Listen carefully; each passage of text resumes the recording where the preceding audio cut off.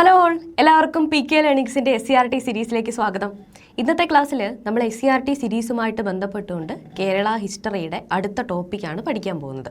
അപ്പോൾ കഴിഞ്ഞ ക്ലാസ്സുകളിൽ നമ്മൾ യൂറോപ്യന്മാരുടെ ആഗമനം, അതിനുശേഷം നവോത്ഥാന പ്രസ്ഥാനങ്ങൾ, തിരുവിതാംകൂർ, ഇങ്ങനെയുള്ള കുറേ ഭാഗങ്ങൾ കേരള ഹിസ്റ്ററിയുമായിട്ട് ബന്ധപ്പെട്ടുകൊണ്ട് പ്രസക്തമായിട്ടുള്ള ഒരുപാട് കാര്യങ്ങൾ നമ്മൾ പഠിച്ചു പോയി അല്ലേ.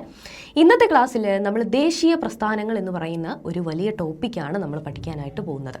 ഈ ഒരു ടോപ്പിക്കുമായിട്ട് ബന്ധപ്പെട്ടുകൊണ്ട് നമ്മുടെ SCRT പാഠപുസ്തകങ്ങളിൽ എന്തെല്ലാം കാര്യങ്ങൾ ഡിസ്കസ് ചെയ്യുന്നുണ്ടോ അവയെല്ലാം ക്രോഡീകരിച്ചുകൊണ്ട് നമുക്ക് ഇന്നത്തെ ക്ലാസ്സിൽ ഡിസ്കസ് ചെയ്യാം. അപ്പോൾ എല്ലാവരും റെഡിയല്ലേ? ക്ലാസ്സിലേക്ക് പോവല്ലേ? ആദ്യമായിട്ട് എന്താണ് ദേശീയ പ്രസ്ഥാനങ്ങൾ അല്ലെങ്കിൽ നാഷണൽ മൂവ്മെൻറ്റ്സ് ഇൻ കേരള എന്നുള്ളത് നമുക്ക് നോക്കാം അല്ലേ. അതായത് നമുക്കറിയാം, കുറേ കാലഘട്ടങ്ങളോളം ഇന്ത്യ ആണെങ്കിലും അല്ലെങ്കിൽ ഇന്ത്യക്കകത്ത് കിടക്കുന്ന കേരളം ഇപ്പോഴടങ്ങുന്ന ഈ ഒരു പ്രദേശമാണെങ്കിലും ബ്രിട്ടീഷ് ഭരണത്തിൻ്റെ കീഴിലായിരുന്നു അല്ലേ. ബ്രിട്ടീഷ് അടക്കമുള്ള പല യൂറോപ്യൻ ശക്തികളുടെ കീഴിലായിരുന്നു ഇന്ത്യ ഉണ്ടായിരുന്നത്. അതിലേറ്റവും പ്രധാനപ്പെട്ട പ്രബലമായ ഒരു ശക്തിയായിരുന്നു ബ്രിട്ടീഷുകാരുടെ അധിനിവേശം എന്ന് പറയുന്നത്. അപ്പോൾ ഈ ഒരു ബ്രിട്ടീഷ് ഭരണത്തിൻ്റെ കീഴിൽ കേരളം അടങ്ങുന്ന ഈ ഒരു പ്രദേശം, തിരുവിതാംകൂർ, കൊച്ചി, മലബാർ എന്നിങ്ങനെയുള്ള 3 പ്രദേശങ്ങളായിട്ട് വിഭജിച്ച് കിടന്നിരുന്ന അന്നത്തെ കേരളം ബ്രിട്ടീഷുകാരുടെ ഭരണത്തിൻ്റെ കീഴിലായിരുന്നു. തീർച്ചയായിട്ടും ആ ഒരു കോളനി ഭരണവുമായിട്ട് ബന്ധപ്പെട്ടുകൊണ്ടും ആ കോളനി ഭരണത്തെ സപ്പോർട്ട് ചെയ്യുന്ന ജന്മിമാരുടെയും മറ്റുള്ള ആളുകളുടെയും ഭരണം കാരണം അന്നത്തെ ജനങ്ങളിൽ ഉണ്ടായിട്ടുള്ള അതൃപ്തി, അല്ലെങ്കിൽ അന്നത്തെ പല നാട്ടുരാജാക്കന്മാരിൽ ഉണ്ടായിട്ടുള്ള അതൃപ്തി, ഇവയുടെ എല്ലാം പരിണിത ഫലമായിട്ട് കേരളത്തിൽ പലയിടങ്ങളിലായിട്ട് പലതരം പ്രക്ഷോഭങ്ങളും അതേപോലെ തന്നെ പ്രസ്ഥാനങ്ങളും ഒക്കെ തന്നെയും ഉയർന്നു വന്നിട്ടുണ്ട്. അവയെ ക്രോഡീകരിച്ചുകൊണ്ടാണ് നമ്മൾ ഇന്ന് നോക്കാനായിട്ട് പോകുന്നത്. റെഡിയല്ലേ? ആദ്യമായിട്ട് ബ്രിട്ടീഷ് കൊളോണിയൽ ശക്തി. നമുക്കറിയാം, ഇന്ത്യയെ അല്ലെങ്കിൽ കേരളത്തിനെ വളരെ കാലഘട്ടത്തോളോളം പിടിച്ചു നിർത്തിയിരുന്ന അല്ലെങ്കിൽ അടക്കി ഭരിച്ചിരുന്ന ഒരു ശക്തിയാണ് ബ്രിട്ടീഷുകാരുടെ ആ ഒരു കോളനി ഭരണം എന്ന് പറയുന്നത്. 19-ാം നൂറ്റാണ്ടോടുകൂടി മലബാറിലെ ഭൂബന്ധങ്ങളിൽ മാറ്റങ്ങൾ വന്നു. അതായത് അതിനു മുൻപ് വരെ കുടിയാന്മാർ അല്ലെങ്കിൽ കൃഷി ചെയ്യുന്ന ഒരു ജനവിഭാഗം ജന്മിമാർക്ക് അതിൻ്റേതായിട്ടുള്ള ആ ഒരു വാടക അല്ലെങ്കിൽ അവരെടുക്കുന്ന ആ ഒരു ഉൽപ്പാദിപ്പിക്കുന്ന ഒരു ഉൽപ്പന്നങ്ങളുടെ ഒരു വലിയ പങ്ക് ജന്മിക്ക് കൊടുക്കുന്നു. ആ രീതിയിലാണ് ജീവിച്ചിരുന്നത്. ബ്രിട്ടീഷുകാരുടെ നേരിട്ടുള്ള ഭരണത്തിൻ്റെ കീഴിലേക്ക് ഈ പ്രദേശം വന്നു കഴിഞ്ഞപ്പോൾ നമുക്കറിയാം, ബ്രിട്ടീഷുകാർക്ക് ഇവിടെ നിന്നും ലാഭമാണ് വേണ്ടത് അല്ലേ. അവർ റോ മെറ്റീരിയൽ കൊണ്ടുവരുന്നു, ഇവിടെ ഇൻവെസ്റ്റ് ചെയ്യുന്നു, അവർക്ക് ഇവിടുന്ന് കൊള്ള ലാഭം കൊണ്ട് അവരുടെ രാജ്യത്തേക്ക് തിരിച്ചു പോകണം. അതാണ് അവരുടെ ലക്ഷ്യം. തീർച്ചയായിട്ടും ആ ഒരു വലിയ ലാഭം ഉണ്ടാക്കാൻ വേണ്ടിയിട്ട് അവർ ജനങ്ങളെ ചൂഷണം ചെയ്യാനായിട്ട് തുടങ്ങി. ഇവിടെ ഉണ്ടായിരുന്ന ഭൂബന്ധങ്ങളിലും അതിൻ്റെ ആ ഒരു രീതിയിലും ഒക്കെ തന്നെ മാറ്റം വരാനായിട്ട് തുടങ്ങി. മലബാർ ബ്രിട്ടീഷുകാരുടെ നേരിട്ടുള്ള നിയന്ത്രണത്തിലായിരുന്നു. മലബാർ മേഖല എന്ന് പറയുന്നത് ബ്രിട്ടീഷിൻ്റെ നേരിട്ടുള്ള ഭരണത്തിൻ്റെ കീഴിലുള്ള പ്രദേശമാണ്. അതേസമയം കൊച്ചി ആയിരുന്നാലും തിരുവിതാംകൂർ ആയിരുന്നാലും അവിടെ ഒരു രാജാവും രാജഭരണവും നിലനിന്നിരുന്നു. അതിന് മുകളിൽ അല്ലെങ്കിൽ അതിൻ്റെ മുകളിൽ ഒരു അധികാരം ഉറപ്പിച്ചുകൊണ്ട് ബ്രിട്ടീഷ് നിലനിന്നിരുന്നു. ആ രീതിയിലായിരുന്നു അന്ന് കാലത്തെ ഭരണം ഉണ്ടായിരുന്നത്. അപ്പോൾ നാട്ടുരാജാക്കന്മാരുടെ അധികാരങ്ങൾ പൂർണ്ണമായിട്ടും ആ പ്രദേശത്ത് നിന്ന് നഷ്ടപ്പെടുകയും ബ്രിട്ടീഷുകാർ അധികാരം ഏറ്റെടുക്കുകയും ചെയ്തു മലബാർ മേഖലയിൽ. ഈ ഒരു മലബാർ ബ്രിട്ടീഷിൻ്റെ അധീനതയിലാകാൻ വലിയൊരു കാരണം എന്ന് പറയുന്നത് മൈസൂരിൻ്റെ ആക്രമണങ്ങളും അല്ലെങ്കിൽ ശ്രീരംഗപട്ടണം ഉടമ്പടിയുമാണ്. 1760കളിൽ ഒരു വലിയ ശക്തി ഇങ്ങോട്ടേക്ക് വരുന്നുണ്ട്. അത് ഹൈദർ അലിയുടെ പടയാണ്. ഹൈദർ അലി മലബാർ ആക്രമിക്കുകയാണ്. മലബാർ ആക്രമിച്ച് അദ്ദേഹം കണ്ണൂരിലെ ആ ഒരു ആലി രാജാവിൻ്റെ ക്ഷണപ്രകാരം ഈ ഒരു പ്രദേശം കീഴടക്കാനായിട്ട് ശ്രമിക്കുകയും കോലത്തനാട്, കോട്ടയം, കടത്തനാട്, കുറുമ്പ്രനാട്, കോഴിക്കോട് എന്നീ പ്രദേശങ്ങളൊക്കെ തന്നെയും മൈസൂരിൻ്റെ ഭരണത്തിൻ്റെ കീഴിലേക്ക് ആക്കുകയും ചെയ്തു. 1773 രണ്ടാമത് ആക്രമിക്കുന്ന ആ ഒരു ഹൈദരലിയുടെ ആക്രമണത്തിൽ കൊച്ചി മൈസൂരിൻ്റെ പരമാധികാരം അംഗീകരിച്ചു. തിരുവിതാംകൂർ അതേസമയം മൈസൂരിൻ്റെ ആ ഒരു അധികാരത്തെ എതിർത്തു. അപ്പം നമ്മളിപ്പോൾ നോക്കിക്കഴിഞ്ഞാൽ മലബാർ മേഖല മൈസൂരിൻ്റെ ഭരണത്തിൻ്റെ കീഴിലേക്ക് നേരിട്ടെത്തുകയും കൊച്ചി അവരുടെ പരമാധികാരം അംഗീകരിക്കുകയുമാണ് ചെയ്തിട്ടുള്ളത്. തിരുവിതാംകൂർ മാത്രമാണ് അന്ന് എതിർത്ത് നിന്നിരുന്ന ശക്തി എന്ന് പറയുന്നത്. പിന്നീട് നമുക്കറിയാം, ബ്രിട്ടീഷുകാരും മൈസൂർ സൈന്യവുമായിട്ട് നടന്നിട്ടുള്ള യുദ്ധങ്ങൾ നമ്മൾ ഇന്ത്യൻ ഹിസ്റ്ററിയുമായിട്ട് ബന്ധപ്പെട്ടുകൊണ്ട് പഠിക്കുന്നതാണ് അല്ലേ. അപ്പോൾ ഇതുമായിട്ട് ബന്ധപ്പെട്ടുകൊണ്ട് ഹൈദർ അലിയുടെ മകൻ ടിപ്പു സുൽത്താൻ താമരശ്ശേരി ചുരം വഴി പ്രവേശിച്ച് 1788 തെക്കൻ മലബാർ പ്രദേശം കൂടെ കീഴടക്കി അദ്ദേഹത്തിൻ്റെ കയ്യിൽ ആക്കുകയാണ്. ടിപ്പുവിൻ്റെ അന്നത്തെ ആസ്ഥാനം എന്ന് പറയുന്നത് ഫറൂഖാബാദ് ആയിരുന്നു. ഫറൂഖ് എന്നറിയപ്പെടുന്ന ഫറൂഖാബാദ് ആയിരുന്നു. 1792 ബ്രിട്ടീഷുകാരും മൈസൂരുമായിട്ട് നടന്നിട്ടുള്ള യുദ്ധങ്ങൾ അവസാനിക്കുകയും ആ ഒരു യുദ്ധത്തിൽ മൈസൂര് തോൽക്കുകയുമാണ് ചെയ്യുന്നത്. അങ്ങനെ തോൽക്കുന്നതോടുകൂടി ശ്രീരംഗപട്ടണം ഉടമ്പടി എന്ന പേരുള്ള പ്രസിദ്ധമായിട്ടുള്ള ഉടമ്പടി ബ്രിട്ടീഷുകാരും ടിപ്പു സുൽത്താനുമായിട്ട് ഒപ്പുവെക്കുകയാണ്. ആ ഒപ്പുവെക്കുന്നതോടുകൂടി ടിപ്പു പരാജയപ്പെടുകയും ടിപ്പുവിൻ്റെ കയ്യിൽ അന്ന് നിലനിന്നിരുന്ന ആ പ്രദേശങ്ങളെല്ലാം ബ്രിട്ടീഷുകാരുടെ ഭരണത്തിൻ്റെ കീഴിലേക്ക് ചെന്നെത്തുകയുമാണ് ചെയ്യുന്നത്. അങ്ങനെ മലബാർ പ്രദേശം എന്ത് ചെയ്യാണ്? ബ്രിട്ടീഷുകാർക്ക് നേരിട്ടുള്ള ഭരണത്തിൻ്റെ കീഴിൽ ലഭിക്കുകയാണ്. ഇന്ന് നമ്മുടെ പൊളിറ്റിക്കൽ മാപ്പ് പ്രകാരം നിലനിൽക്കുന്ന കേരളം എന്ന് പറയുന്ന ഈ ഒരു പ്രദേശം അന്ന് കാലത്ത് നമ്മൾ പറഞ്ഞ പോലെ കൊച്ചി, തിരുവിതാംകൂർ, മലബാർ എന്നിങ്ങനെ 3 പ്രദേശങ്ങളായിട്ടായിരുന്നു പ്രധാനമായിട്ടും വിഭജിച്ചിരുന്നത്. അപ്പോൾ അന്നത്തെ ഓരോ പ്രദേശത്തും ഉണ്ടായിരുന്ന ആ ഒരു കോളനിവൽക്കരണത്തിൻ്റെ വളർച്ച എങ്ങനെയാണ് എന്ന് നമുക്ക് നോക്കാം. ആദ്യം തന്നെ നമ്മൾ പറഞ്ഞു, ശ്രീരംഗപട്ടണം ഉടമ്പടി പ്രകാരം ടിപ്പുവിൽ നിന്നും ബ്രിട്ടീഷുകാരുടെ കയ്യിലേക്ക്, അവരുടെ നേരിട്ടുള്ള ഭരണത്തിൻ്റെ കീഴിലേക്ക് മലബാർ എന്ന് പറയുന്ന പ്രദേശം എത്തിച്ചേരുകയാണ് എന്ന് പറഞ്ഞു. 1800 മദ്രാസ് സർക്കാരിൻ്റെ കീഴിലേക്ക് ഈ ഒരു മലബാറിൻ്റെ ഭരണം ചെല്ലുകയാണ്. മദ്രാസ് സർക്കാർ എന്ന് പറയുമ്പോൾ മദ്രാസ് അന്ന് തന്നെ ബ്രിട്ടീഷുകാരുടെ ഏറ്റവും പ്രധാനപ്പെട്ട ഒരു പ്രസിഡൻസിയാണ്. ബ്രിട്ടീഷിൻ്റെ ഭരണത്തിൻ്റെ കീഴിലുള്ള മേഖലയാണ് മദ്രാസ് പ്രസിഡൻസി എന്ന് പറയുന്നത്. ആ മദ്രാസ് പ്രസിഡൻസിയുടെ ഭരണത്തിൻ്റെ കീഴിലേക്ക് 1800 മലബാർ നേരിട്ട് ചേർക്കപ്പെടുകയാണ്. അതിനുശേഷം കൊച്ചിയാണ് 1791 ബ്രിട്ടീഷുകാരുടെ സാമന്ത രാജ്യമായി മാറുകയാണ് കൊച്ചി. അതായത് ബ്രിട്ടീഷുകാരുടെ ആ ഒരു പാരമൗൺസി അല്ലെങ്കിൽ പരമാധികാരം അംഗീകരിച്ചുകൊണ്ട് ബ്രിട്ടീഷുകാർക്ക് അവർ ആവശ്യപ്പെടുന്ന കപ്പം നൽകിക്കൊണ്ട് ബ്രിട്ടീഷുകാരുടെ സാമന്ത രാജ്യമായിട്ട് മാറുകയാണ് 1791 കൊച്ചി പ്രദേശം. അതിനുശേഷം 1800 നേരത്തെ പറഞ്ഞ പോലെ മദ്രാസ് സർക്കാരിൻ്റെ നിയന്ത്രണത്തിലേക്ക് മാറുകയാണ് കൊച്ചി പ്രദേശം. അപ്പം മലബാർ നേരിട്ടുള്ള ഭരണത്തിൻ്റെ കീഴിലാണെങ്കിൽ കൊച്ചി നിയന്ത്രണത്തിൻ്റെ കീഴിലാണ്. അടുത്തതായിട്ട് ബാക്കിയുള്ളത് തിരുവിതാംകൂറാണ് അല്ലേ. 1795 ബ്രിട്ടീഷുകാരുടെ മേൽക്കോയ്മ, അവരുടെ പാരമൗൺസി, സർവാധികാരം തിരുവിതാംകൂർ അംഗീകരിക്കുകയാണ്. അതിനുശേഷം തിരുവിതാംകൂർ 1805 ബ്രിട്ടീഷുകാരുമായിട്ട് ചേർന്ന് സൈനിക സഖ്യം ഒപ്പുവെക്കുകയാണ്, അല്ലെങ്കിൽ സബ്സിഡറി അലയൻസ് എന്ന് പറഞ്ഞിട്ടുള്ള ആ ഒരു ഉടമ്പടിയിലേക്ക് എത്തിച്ചേരുകയാണ്. സബ്സിഡറി അലയൻസ് എന്ന് പറയുമ്പോൾ ബ്രിട്ടീഷുകാർ നമ്മളെ സംരക്ഷിച്ചോളും, നമ്മുടെ രാജ്യത്തെ നേരിട്ട് അവരെടുക്കില്ല, പക്ഷെ അതിൻ്റെ പകരമായിട്ട് ഇവിടുത്തെ കാര്യങ്ങൾ നോക്കി നടത്താൻ വേണ്ടിയിട്ട് അവരുടെ ഒരു റെസിഡൻറ്റ് അല്ലെങ്കിൽ ഒരു ഭരണാധികാരി എന്നുള്ള രീതിയിലുള്ള ആരെങ്കിലും ഒരാൾ ഇവിടെ നിലനിൽക്കുന്നുണ്ടാവും, ഇവിടെ വന്നിരിക്കുന്നുണ്ടാവും. ബ്രിട്ടീഷുകാരുടെ ആ ഒരു സൈന്യത്തെയും അവരുടെ ആ ഒരു ആവശ്യങ്ങളെയും ഒക്കെ തന്നെ നമ്മുടെ രാജ്യം എന്ത് ചെയ്യണം? അവർക്ക് അംഗീകരിച്ചു കൊടുക്കണം, അവർക്ക് നൽകണം എന്നുള്ളതാണ് ഈ ഒരു സൈനിക സഖ്യ വ്യവസ്ഥ എന്ന് പറയുന്നത്. ഇതിൻ്റെ കീഴിൽ മറ്റ് രാജ്യങ്ങളൊന്നും ഈ രാജ്യത്തെ ആക്രമിക്കാതെ ബ്രിട്ടീഷുകാർ സംരക്ഷിച്ചുകൊള്ളും. പക്ഷേ ബ്രിട്ടീഷുകാർ ഇവിടുത്തെ ഭരണത്തിൻ്റെ ഒക്കെ തന്നെയും നിയന്ത്രണത്തിൻ്റെ തലവനായിട്ട് ഇരിക്കുകയും ചെയ്യും. അപ്പോൾ ഈ രീതിയിലായിരുന്നു അന്ന് കേരളത്തിലുണ്ടായിരുന്ന പ്രബലമായിട്ടുള്ള 3 പ്രദേശങ്ങളും ഉണ്ടായിരുന്നത്. ബ്രിട്ടീഷുകാരുടെ ഭരണത്തിൻ്റെ കീഴിൽ അവർ കൊണ്ടുവന്നിട്ടുള്ള ഒരുപാട് കൊളോണിയൽ സമ്പദ് വ്യവസ്ഥ ഇവിടെ ഉയർന്നു വരുന്നുണ്ട്. ആ കൂട്ടത്തിൽ പ്രധാനമായിട്ടും നമ്മൾ പറഞ്ഞ പോലെ ഭൂബന്ധങ്ങളിൽ മാറ്റം വന്നു എന്ന് നമ്മൾ പറഞ്ഞു അല്ലേ. അതായത് ജന്മിമാർ ഭൂമിയുടെ ഉടമകളായിട്ട് അംഗീകരിക്കപ്പെട്ടു. കാണക്കുടിയാന്മാർ, അതായത് ആ ഒരു പ്രദേശത്ത് ജോലി ചെയ്ത് കൃഷി ചെയ്ത് ജന്മിമാർക്ക് നിശ്ചിതമായിട്ടുള്ളൊരു തുക അല്ലെങ്കിൽ നിശ്ചിതമായിട്ടുള്ളൊരു ലാഭവിഹിതം നൽകിയിരുന്ന ആ ഒരു പ്രദേശത്തുള്ള ആ കാണക്കുടിയാന്മാർ വെറും പാട്ടക്കാരായിട്ട് മാറുകയുണ്ടായി. ജന്മിയും ബ്രിട്ടീഷുകാരും തമ്മിലുള്ള കൂട്ടുകെട്ട് മൂലം ഈ ഒരു കുടിയാന്മാരിൽ നിന്നും വളരെ വലിയ രീതിയിലുള്ള ലാഭം അല്ലെങ്കിൽ വലിയ രീതിയിലുള്ള പണം അല്ലെങ്കിൽ അവരുണ്ടാക്കുന്ന ആ ഒരു പ്രൊഡക്റ്റ് ഇതൊക്കെ തന്നെ ബ്രിട്ടീഷുകാരെ വാങ്ങിക്കാനും ജന്മിയിലൂടെ വാങ്ങിച്ചെടുക്കാനായിട്ട് ശ്രമിച്ചു. ആ ഒരു ചൂഷണം അതിരൂക്ഷമായിട്ട് മാറി. തോട്ടകൃഷി യൂറോപ്യന്മാർക്ക് പ്രധാനമായിട്ടും നമ്മൾ പറഞ്ഞ പോലെ ഇവിടുത്തെ ആളുകളെ തീറ്റിപ്പോറ്റുക എന്നുള്ളതായിരുന്നില്ല. അവർക്ക് ലാഭം ഉണ്ടാക്കണം അല്ലേ. അവരുടെ രാജ്യത്തേക്ക് കൊണ്ടുപോകാൻ അവർക്ക് പണം വേണം, അവർക്ക് ലാഭം വേണം. അപ്പോൾ അവർ പ്രധാനമായിട്ടും നാണ്യവിളകളുടെ അല്ലെങ്കിൽ തോട്ടവിളകളുടെയൊക്കെ തന്നെയും കൃഷിയെ പ്രോത്സാഹിപ്പിച്ചു. അങ്ങനെ യൂറോപ്യന്മാർ തേയില, കാപ്പി, റബ്ബർ, ഏലം തുടങ്ങിയിട്ടുള്ള പലതരത്തിൽ അവരുടെ നാട്ടിൽ വലിയ രീതിയിൽ ഡിമാൻഡ് ഉണ്ടായിരുന്ന പല വസ്തുക്കളും എന്ത് ചെയ്തു? ഇവിടെ കൃഷി ചെയ്യാനായിട്ട് തുടങ്ങി. അതോടുകൂടി ഭൂലഭ്യത കുറഞ്ഞു. അതായത് നമുക്ക് ആഹാരം കഴിക്കണമെങ്കിൽ നമുക്ക് ഭക്ഷ്യവിളകൾ തന്നെ വേണം അല്ലേ, അരിയും ഗോതമ്പ് സാധനങ്ങളൊക്കെ വേണം. പക്ഷേ ഈ ഒരു ഭൂമികളെല്ലാം എന്ത് ചെയ്തിരിക്കുകയാണ്? ബ്രിട്ടീഷുകാർ അവരുടെ ലാഭത്തിന് വേണ്ടിയിട്ട് നാണ്യവിളകൾ ഉൽപ്പാദിപ്പിക്കാൻ വേണ്ടി ഉപയോഗിച്ചു കൊണ്ടിരിക്കുകയാണ്. അതുകൊണ്ട് തന്നെ ഭൂലഭ്യത കുറഞ്ഞു. അതുകൊണ്ട് തന്നെ നികുതി ഇളവും കുറയാനായിട്ട്, നികുതി ഇളവിൽ വ്യത്യാസം വ്യത്യാസം ഉണ്ടാവാനായിട്ട് തുടങ്ങി, വലിയ രീതിയിലുള്ള നികുതി ആവശ്യപ്പെടാനായിട്ട് തുടങ്ങി. ഇതൊക്കെ കാരണം മലബാറിനെക്കാട്ടിലും തിരുവിതാംകൂറിൽ തോട്ടങ്ങൾ വളരാനായിട്ട് തുടങ്ങി. അതായത് ഈ ഒരു തിരുവിതാംകൂർ മേഖലയിൽ അന്ന് നല്ല രീതിയിൽ ഭൂമി ലഭ്യമായിരുന്നു. അതുകൊണ്ട് തന്നെ ഈ പ്രദേശത്ത് തോട്ടങ്ങളെ കൂടുതലായിട്ട് ബ്രിട്ടീഷുകാർ ഉണ്ടാക്കാനായിട്ട് ശ്രമിച്ചു. അതുകൊണ്ട് തന്നെ എന്ത് ചെയ്തു, ഇവിടെ നിന്നും ബ്രിട്ടീഷുകാർക്ക് വലിയ രീതിയിൽ ലാഭം ലഭിക്കാനായിട്ടും തുടങ്ങി. അതിനുശേഷം വാണിജ്യവും അതുപോലെ തന്നെ ബാങ്കിങ്ങുമാണ്. കുരുമുളകിൻ്റെ വ്യാപാരം വലിയ രീതിയിൽ അന്ന് വികസിച്ചു വരുന്നുണ്ട് കൊളോണിയൽ ഭരണത്തിൻ്റെ കീഴിൽ. തോട്ടം മേഖലയുടെ വളർച്ച ബാങ്കിങ് മേഖലയുടെ വളർച്ചയ്ക്ക് കാരണമായി. അതായത് തോട്ടം മേഖലയിലൂടെ പണം ഉണ്ടാക്കുന്ന സമയത്ത് ഈ പണം സൂക്ഷിച്ചു വെക്കാനും അല്ലെങ്കിൽ അതിനെ നല്ല രീതിയിൽ ക്രയവിക്രയം നടത്താനും നമുക്കൊരു സ്ഥലം വേണം അല്ലേ.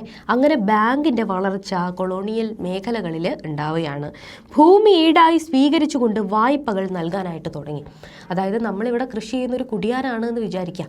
എനിക്ക് നമ്മൾ ഉണ്ടാക്കിയിട്ടുള്ള ഇപ്പോൾ കാലാവസ്ഥയിലൊക്കെ ചെറിയ പ്രശ്നം വന്നത് കാരണം നമുക്ക് ഉദ്ദേശിച്ച രീതിയിൽ ലാഭം നമ്മുടെ ഭൂമിയിൽ നിന്ന് ഉണ്ടാക്കാനായിട്ട് സാധിച്ചിട്ടില്ല.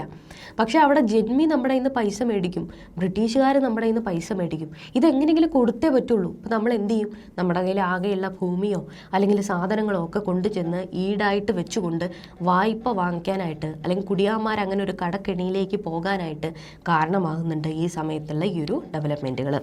അതുകൂടാതെ വ്യവസായം, കാർഷിക സംസ്കരണ വ്യവസായങ്ങൾ, ഉദാഹരണമായിട്ട് കയർ വളർന്നു വന്നു. 1930-കൾക്ക് ശേഷം തിരുവിതാംകൂറിലും കൊച്ചിയിലും സർക്കാർ സഹായത്തോടുകൂടി വ്യവസായങ്ങൾ ആരംഭിച്ചു. അതായത് അന്ന് വരെ ഒരു പ്രൊഡക്റ്റ് ഉണ്ടാക്കി അതിൽ നിന്നും ആ ഒരു കാർഷിക ഉൽപ്പന്നം ഉപയോഗിച്ചുകൊണ്ടിരുന്ന നമ്മളിലേക്ക് ഈ ഒരു കാർഷിക ഉൽപ്പന്നത്തെ നമുക്ക് ഒന്നും കൂടെ മാനുഫാക്ചർ ചെയ്ത് ഒരു വേറൊരു പ്രൊഡക്റ്റാക്കി വിൽക്കാൻ സാധിക്കും, അതിനൊരു സാധ്യതയുണ്ട് എന്നുള്ള കാര്യങ്ങളൊക്കെ ഇവിടെ പരിചയപ്പെടുത്തുകയാണ് ബ്രിട്ടീഷുകാർ. അതിൽ പ്രധാനമായിട്ടുള്ള കാര്യമാണ് കയറിൻ്റെ ഉൽപ്പാദനം എന്ന് പറയുന്നത്. കാർഷിക സംസ്കരണ വ്യവസായങ്ങൾ കയറിൻ്റെയൊക്കെ ഒരു വലിയ വ്യവസായമായിട്ട് ഉയർന്നു വരികയാണ്. ആലപ്പുഴയിലൊക്കെ ഫാക്ടറി സ്ഥാപിക്കുന്നുണ്ട് അതിന് ശേഷം. അങ്ങനെ 1930-കളോടുകൂടി തിരുവിതാംകൂറിലും അതേപോലെ തന്നെ കൊച്ചിയിലും സർക്കാരിൻ്റെ, അതായത് ബ്രിട്ടീഷ് സർക്കാരിൻ്റെ സഹായത്തോടുകൂടി വ്യവസായശാലകളും മറ്റും ആരംഭിക്കുകയാണ്. നമ്മൾ നേരത്തെ പറഞ്ഞതുപോലെ തന്നെ മലബാർ മേഖല ബ്രിട്ടീഷുകാരുടെ നേരിട്ടുള്ള ഭരണത്തിൻ്റെ കീഴിലായിരുന്നു എന്ന് പറഞ്ഞു അല്ലേ. അപ്പോൾ തീർച്ചയായിട്ടും അവിടെയുള്ള ജനമുന്നേറ്റങ്ങളും ബ്രിട്ടീഷുകാർക്ക് എതിരെയുള്ള ഒരു പ്രതികരണങ്ങളും വളരെ കൂടുതൽ തന്നെയായിരിക്കും. അപ്പോൾ ആ പ്രദേശത്ത് ഉണ്ടായിട്ടുള്ള ജനമുന്നേറ്റങ്ങളും ബ്രിട്ടീഷിൻ്റെ ആധിപത്യത്തിന് കീഴിൽ മലബാറിലുണ്ടായ മാറ്റങ്ങളും നമുക്കൊന്ന് ഡിസ്കസ് ചെയ്തു പോകാം. അതിലാദ്യമായിട്ട് 1792 മലബാർ ബ്രിട്ടീഷ് ഈസ്റ്റ് ഇന്ത്യ കമ്പനിയുടെ കീഴിലാവുകയാണ്. ഭരണത്തിന് വേണ്ടിയിട്ട് ജോയിൻ്റ് കമ്മീഷണർമാരെ ആ ഒരു പ്രദേശത്ത് നിയമിക്കുന്നുണ്ട്. 1793 മാർച്ച് 30 മലബാറിനെ 2 ഭരണമേഖലകളായിട്ട് തിരിക്കുകയാണ് ബ്രിട്ടീഷ് സർക്കാർ. അതിലാദ്യമായിട്ട് വടക്കൻ മലബാർ, അതിൻ്റെ ആസ്ഥാനം തലശ്ശേരിയായിരുന്നു. തെക്കൻ മലബാർ, അതിൻ്റെ ആസ്ഥാനം എവിടെയായിരുന്നു? ചെറുപ്പളശ്ശേരിയിലായിരുന്നു. ഇങ്ങനെ 2 ഭരണഘടകങ്ങളായിട്ട് ഈസ്റ്റ് ഇന്ത്യ കമ്പനിയുടെ കീഴിൽ മലബാർ മാറുകയാണ്. കോഴിക്കോട് ആസ്ഥാനമാക്കിക്കൊണ്ട് മലബാർ മുഴുവനായിട്ടും ചീഫ് മജിസ്ട്രേറ്റിൻ്റെ കീഴിലേക്ക് മാറുകയാണ്. ചീഫ് മജിസ്ട്രേറ്റിൻ്റെ ഭരണത്തിൻ്റെ കീഴിലേക്ക് മാറുകയാണ് മലബാർ. 1800 മലബാറിനെ ബോംബെയിൽ നിന്ന് മദ്രാസ് പ്രസിഡൻസിയിലേക്ക് മാറ്റി. നമ്മൾ നേരത്തെ പറഞ്ഞല്ലോ 1800 മലബാർ എന്ന് പറയുന്നത് മദ്രാസ് പ്രസിഡൻസിയുടെ കീഴിലേക്ക് മാറുകയാണ്, ബോംബെ പ്രസിഡൻസിയിൽ നിന്നും മാറിയിട്ട്. മൈസൂരിൻ്റെ ഭരണകാലത്ത് ഉണ്ടായിരുന്ന, അതായത് മൈസൂരിൻ്റെ കീഴിൽ മലബാർ മേഖല ഉണ്ടായിരുന്ന സമയത്ത് ഉണ്ടായിരുന്ന റവന്യൂ രീതികളൊക്കെ തന്നെയും ബ്രിട്ടീഷുകാർ പരിഷ്കരിക്കുന്നുണ്ട്. മൈസൂർ ഭരണകാലത്തുള്ള റവന്യൂ രീതികൾ ബ്രിട്ടീഷുകാരെല്ലാം തന്നെ മാറ്റുന്നുണ്ട്. ജന്മിമാരെ ഭൂമിയുടെ ഉടമസ്ഥരായിട്ട് മാറ്റിക്കൊണ്ട് കുടിയാന്മാരെ പാട്ടക്കാരാക്കി മാറ്റി. തിരുവിതാംകൂറും കൊച്ചിയും ബ്രിട്ടീഷുകാരുടെ പാരമൗൺസി അല്ലെങ്കിൽ മേൽക്കോയ്മ അംഗീകരിച്ചുകൊണ്ട് നാട്ടുരാജ്യങ്ങളായിട്ട് തന്നെ തുടർന്നു. അവർ പ്രസിഡൻസി ആയിട്ടില്ല, നാട്ടുരാജ്യങ്ങളായിട്ട് തന്നെ തുടർന്നു. രാജാവുണ്ട്, രാജാവിന് ഭരണമുണ്ട്. പക്ഷേ രാജാവ് എന്ത് ചെയ്യുന്നു? ബ്രിട്ടീഷുകാരുടെ ആ ഒരു അധികാരത്തെ അംഗീകരിക്കുന്നു. ആ രീതിയിൽ പോവുകയായിരുന്നു. ഭരണം നിയന്ത്രിക്കാൻ വേണ്ടിയിട്ട് ബ്രിട്ടീഷുകാർ ഈ മേഖലകളിൽ, ഈ നാട്ടുരാജ്യ മേഖലകളിൽ റെസിഡൻറ്റ് എന്ന പേരിൽ ഉദ്യോഗസ്ഥനെ നിയമിച്ചിരുന്നു. അപ്പോൾ ആദ്യ റെസിഡൻറ്റ് കേണൽ മെക്കാളയാണ്. തിരുവിതാംകൂറിൽ എത്തുന്ന ആദ്യത്തെ റെസിഡൻറ്റ് ഭരണാധികാരി കേണൽ മെക്കാളയാണ്. ഓക്കെ, അപ്പോൾ സാമ്രാജ്യത്വ വിരുദ്ധമായിട്ടുള്ള പലതരം സമരങ്ങളും ഈ മലബാർ മേഖലയിലും മറ്റുള്ള കേരളത്തിൻ്റെ മേഖലകളിലും ഒക്കെ തന്നെയും ഉയർന്നു വരുന്നുണ്ട്. അതിൽ പ്രധാനമായിട്ടും മലബാറിൽ ബ്രിട്ടീഷുകാർക്ക് ആദ്യ കാലഘട്ടത്തിൽ നേരിടേണ്ടി വന്നിട്ടുള്ള പ്രബലമായിട്ടുള്ള ഒരു എതിർത്ത് നിൽപ്പ് എന്ന് പറയുന്നത് കേരളവർമ്മ പഴശ്ശിരാജയിൽ നിന്നുമാണ്. കൂടാതെ തിരുവിതാംകൂറിൽ നിന്നും വേലുത്തമ്പി ദളവിയിൽ നിന്ന് എതിർപ്പ് നേരിടുന്നുണ്ട് ആദ്യകാലഘട്ടത്തെ. പിന്നീട് കൊച്ചിയിൽ നിന്നും പാലിയത്തച്ഛൻ്റെ ഭാഗത്തു നിന്നും എതിർപ്പ് നേരിടുന്നുണ്ട് ബ്രിട്ടീഷ് സർക്കാർ. നോക്കാം, അപ്പോൾ മലബാറിലെ ആദ്യകാലത്തെ ചെറുത്തുനിൽപ്പുമായിട്ട് ബന്ധപ്പെട്ട് നമ്മൾ പഠിക്കുമ്പോൾ നമ്മൾ ഏറ്റവും ഇമ്പോർട്ടൻ്റ് ആയിട്ട് നോക്കേണ്ട ഒരു പേരാണ് പഴശ്ശിരാജയുടേത്. മലബാറിലെ ബ്രിട്ടീഷുകാർക്ക് അവരുടെ ഭരണത്തിന് നേരിടേണ്ടി വന്നിട്ടുള്ള ഏറ്റവും വലിയ വെല്ലുവിളി പഴശ്ശിരാജയിൽ നിന്നുമായിരുന്നു. എന്തുകൊണ്ടാണ് പഴശ്ശി വിപ്ലവം അല്ലെങ്കിൽ പഴശ്ശിരാജയുടെ ഈ ഒരു ചെറുത്തുനിൽപ്പ് ആരംഭിക്കുന്നത് എന്ന് നോക്കാം. 1792 ശ്രീരംഗപട്ടണം ഉടമ്പടി പ്രകാരം മലബാർ ബ്രിട്ടീഷുകാരുടെ നിയന്ത്രണത്തിലായി ടിപ്പു സുൽത്താനിൽ നിന്നും. അപ്പോൾ ഈ ഒരു ആംഗ്ലോ മൈസൂർ യുദ്ധങ്ങൾക്ക് ബ്രിട്ടീഷുകാർക്ക് വേണ്ടിയിട്ട് പഴശ്ശിരാജ ഒരുപാട് സഹായങ്ങളും സഹകരണങ്ങളും നൽകിയിരുന്നു. ഇത്തരത്തിൽ ബ്രിട്ടീഷുകാർക്ക് സഹായം നൽകുന്ന സമയത്ത് അവർ തിരികെ വാഗ്ദാനം ചെയ്ത കുറേ കാര്യങ്ങളുണ്ടല്ലോ, അത് അവർ പാലിച്ചില്ല. പകരം അവരെന്ത് ചെയ്തു എന്നറിയോ? കോട്ടയം പ്രദേശത്തുള്ള, അതായത് പഴശ്ശിരാജയുടെ നിയന്ത്രണത്തിൽ കീഴിലുണ്ടായിരുന്ന ആ ഒരു പ്രദേശത്തുണ്ടായിരുന്ന നികുതി പിരിക്കാനുള്ള അവകാശം ബ്രിട്ടീഷുകാർ പഴശ്ശിയെ ഏൽപ്പിച്ചില്ല. പകരം എന്തു ചെയ്തു? അദ്ദേഹത്തിൻ്റെ അമ്മാവനായിട്ടുള്ള വീരവർമ്മയ്ക്ക് നൽകുകയാണ് ചെയ്യുന്നത്. ഇത് പഴശ്ശിരാജയിൽ വലിയ രീതിയിലുള്ള രോഷമുണ്ടാക്കുകയും ഒന്നാം പഴശ്ശി കലാപത്തിലേക്ക് ഈ ഒരു കാര്യം നീണ്ടുപോവുകയുമാണ് ചെയ്യുന്നത്. അപ്പോൾ ഇതിൻ്റെ ഒരു പ്രതികരണം എന്നോണം പഴശ്ശി നികുതി പിരിക്കുന്നത് തടയുകയും ബ്രിട്ടീഷുകാരെ വെല്ലുവിളിക്കുകയും ചെയ്തു. അദ്ദേഹത്തിൻ്റെ ഭാഗത്തു നിന്നുണ്ടാകുന്ന ഏറ്റവും വലിയൊരു കാര്യം എന്ന് പറയുന്നത് ഒളിപ്പോര് അല്ലെങ്കിൽ ഗറില്ല വാർഫെയർ ആണ്. അതായത് വയനാടൻ കാടുകളെ കേന്ദ്രീകരിച്ചുകൊണ്ട് വയനാട്ടിലെ കാടുകളിലുള്ള ഗോത്രവർഗത്തിലുള്ള ആളുകളെ സുഹൃത്തുക്കളാക്കി അവരെ കൂട്ടുപിടിച്ചുകൊണ്ട് അദ്ദേഹം എന്ത് ചെയ്യാണ്? ഈ ഒരു ഒളിപ്പോര് ആരംഭിക്കുകയാണ്. ഈ കാടുകൾ കേന്ദ്രീകരിച്ചുകൊണ്ട് പഴശ്ശി ഒളിപ്പോര് നടത്തി. പ്രധാനമായിട്ടും അന്ന് പഴശ്ശിരാജയെ സഹായിച്ചിരുന്ന ആളുകൾ എന്ന് പറയുന്നത് തലക്കൽ ചന്തു, കുറിച്യരുടെ നേതാവായിരുന്നു. കുറിച്യർ എന്ന് പറയുന്ന കാട്ടിലുണ്ടായിരുന്ന ഒരു വിഭാഗത്തിൻ്റെ നേതാവായിരുന്നു തലക്കൽ ചന്തു. ഇതുകൂടാതെ എടച്ചേനക്കുങ്കൻ, അത് പഴശ്ശിരാജയുടെ നായർ പട്ടാളത്തിൻ്റെ പടയാളിയായിരുന്നു. അതുകൂടാതെ കൈതേരി അമ്പു, കണ്ണവത്ത് ശങ്കരൻ, പള്ളൂർ ഏമൻ തുടങ്ങിയിട്ടുള്ള ആളുകളൊക്കെ തന്നെയും പഴശ്ശിരാജയെ ഈ ഒരു യുദ്ധത്തിൽ, ഈ ഒരു പ്രക്ഷോഭത്തിൽ സഹായിക്കാനായിട്ട് എത്തിച്ചേരുന്നുണ്ട്. ഇത്തരത്തിൽ 1793 മുതൽ 1797 വരെ ഒന്നാം പഴശ്ശി കലാപം ആരംഭിക്കുകയാണ് ബ്രിട്ടീഷുകാർക്കെതിരെ. അപ്പം ഇത്തരത്തിലൊരു കലാപം നടക്കുന്ന സമയത്ത് ബ്രിട്ടീഷുകാർക്ക് എങ്ങനെയെങ്കിലും ഈ കലാപത്തെ അടിച്ചമർത്തണമല്ലേ? അതിനു വേണ്ടിയിട്ട് അവർ കുറേ നയതന്ത്രങ്ങളൊക്കെ പയറ്റുന്നുണ്ട്. അതിൽ പ്രധാനമായിട്ടും അവരെന്ത് ചെയ്തു എന്ന് വെച്ച് കഴിഞ്ഞാൽ വയനാട്ടിലേക്കുള്ള റോഡുകൾ നിർമ്മിച്ചു. എന്നിട്ട് അവിടെ സൈനിക ക്യാമ്പുകൾ അങ്ങോട്ട് തുടങ്ങി. വയനാട്ടിലേക്ക് ഈ കാടിനെ കേന്ദ്രീകരിച്ചുകൊണ്ടാണല്ലോ ഒളിപ്പോര് നടത്തുന്നത്. അതിനെ തടയാൻ വേണ്ടിയിട്ട് എന്ത് ചെയ്തു? വയനാട്ടിലേക്ക് റോഡുകൾ നിർമ്മിച്ചു. അവിടെ സൈനിക ക്യാമ്പുകൾ തുടങ്ങി. വയനാട്ടിലേക്ക് വന്നുകൊണ്ടിരുന്ന അരി ബ്രിട്ടീഷുകാരെ തടയാനായിട്ട് തുടങ്ങി. ഇതുകൂടാതെ നേതാക്കളെ പിടിച്ചു കൊടുക്കുന്നവർക്ക് പാരിതോഷികമായിട്ട് അവർ വലിയൊരു തുക തന്നെ പ്രഖ്യാപിച്ചു. അതിൽ പഴശ്ശിരാജയെ പിടിച്ചു കൊടുക്കുന്നവർക്ക് 3000 പഗോഡയായിരുന്നു അന്ന് പ്രഖ്യാപിച്ചിട്ടുള്ള ഒരു സമ്മാന തുക എന്ന് പറയുന്നത്. ഇതൊക്കെയാണ് ഈ ഒരു അക്രമത്തെ അടിച്ചമർത്താൻ വേണ്ടി ബ്രിട്ടീഷുകാർ കൈക്കൊണ്ടിട്ടുള്ള കുറേയധികം നയങ്ങൾ. പഴശ്ശിരാജ എന്ന് പറയുന്ന ആ ഒരു സിനിമ കണ്ടു നോക്കുകയാണെങ്കിൽ അതിൽ ഈ കാര്യങ്ങളൊക്കെ കുറേയൊക്കെ വന്നു പോകുന്നുണ്ട്.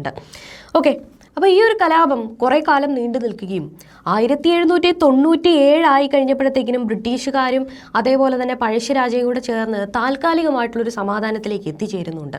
പക്ഷേ അന്ന് ഈ ഒരു സമാധാന ഉടമ്പടിയിലിട്ട് പറഞ്ഞിട്ടുള്ള കാര്യങ്ങളൊന്നും ബ്രിട്ടീഷുകാർ പാലിക്കാതിരിക്കുകയും പിന്നീടും ഈ ഒരു പഴശ്ശിരാജയ്ക്ക് അതൃപ്തി ഉണ്ടാക്കുന്ന തരത്തിലുള്ള കാര്യങ്ങളൊക്കെ ഉണ്ടാവുകയും ചെയ്യുകയും അങ്ങനെ 1800 രണ്ടാം പഴശ്ശി കലാപം ഉണ്ടാവുകയാണ് ചെയ്യുന്നത്. ഈ ഒരു രണ്ടാം പഴശ്ശി കലാപം 1805 വരെ നീണ്ടു നിന്നു.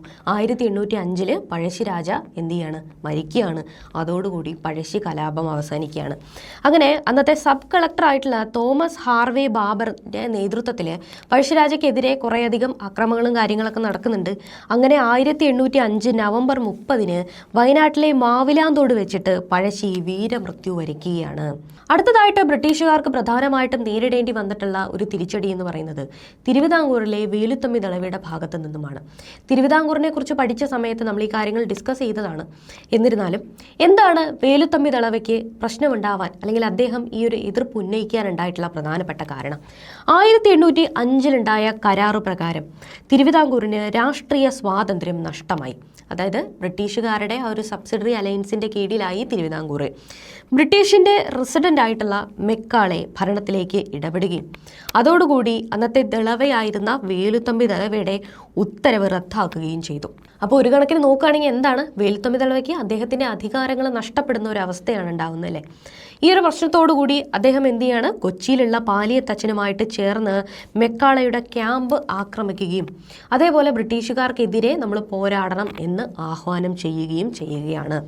അതിൽ ഏറ്റവും പ്രധാനപ്പെട്ടിട്ടുള്ളൊരു കാര്യമാണ് കുണ്ടറ വിളംബരം. 1809 ജനുവരി 11 നടന്നു. എന്താണ് സംഭവം എന്ന് വെച്ച് കഴിഞ്ഞാൽ, ബ്രിട്ടീഷ് ആധിപത്യത്തിനെതിരെ ആയുധമെടുത്ത് പോരാടണമെന്ന് അദ്ദേഹം ജനങ്ങളോട് ആഹ്വാനം ചെയ്തു.